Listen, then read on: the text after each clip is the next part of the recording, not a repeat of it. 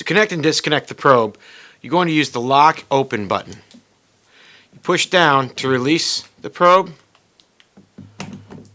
To connect, you push it in, push down again, wait till it clicks, and let go. Make sure it's firm after you've connected the probe.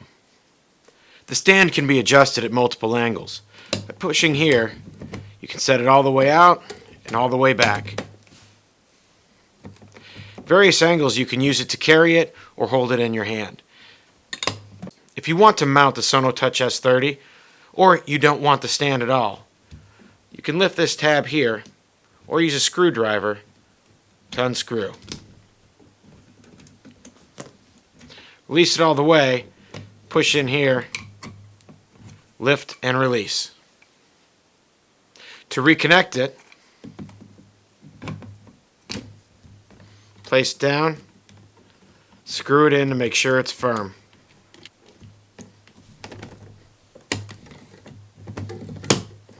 The various connections available. This is where you'll connect your power.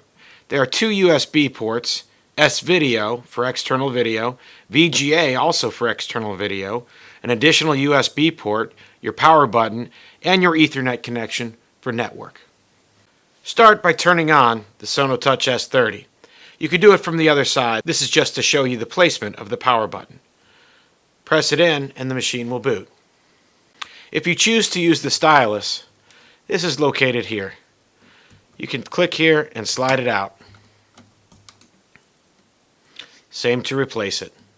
You can do all operations with the Stylus or with your fingers on the touch screen.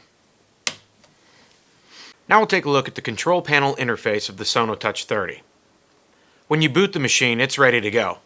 With a linear probe, it defaulted to a vascular preset on this machine. Yours might be different. Going around the screen, we have the SonoTouch logo. We have the parameter control area. We'll get to these in a later movie. Basically, things that will change the quality of your image and how it appears on the screen. Here we have some information about what's going on in various places. Power, how much battery, how much hard drive, your network status, and a USB port status. Along the bottom, we have various operating controls for the image. Freezing it, changing the image mode to dual or quad screen, color, flip the image left and right, biopsy or needle guide, and then in others. All of these items we'll get to in a later movie also. Here we have the grayscale curve. Up here, we'll have information about the parameters of the image, such as gain, power, frequency, and various items like that, such as dynamic range and the depth. These will change on each imaging mode that you go into, as well as everything over here. Each different imaging mode, all these items will change. So be aware of your surroundings. If you go to color, it will add more information or less information. Up here you have patient ID, your clinic or hospital name, the transducer that's connected, and then your indices right here, your date and time, and the type of preset we're going into for the exam.